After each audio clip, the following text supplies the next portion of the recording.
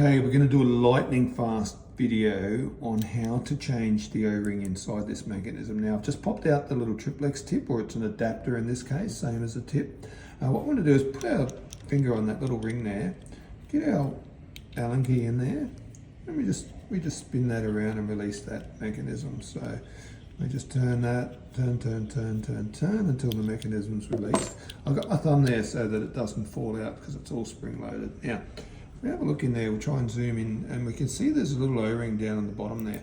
Now, I'm going to put that there so it doesn't fall out. And what we can do is we can get out, I usually use the end of the Triplex tip.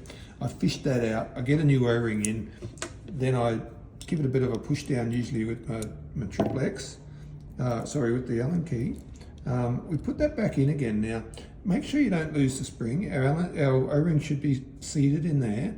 And then there's a little slot in there. So we've got to sort of push it in and we rotate it around until that slot locates with a little pin. And when it locates, all the mechanism's nice and free. So again, hold it down with our finger and then just gently screw in the mechanism again and take it down so it's nice and free. And again, we need to make sure that mechanism stays free as it goes in. And job done. So, as I say, quick whirlwind one, we can do a more detailed one in another video.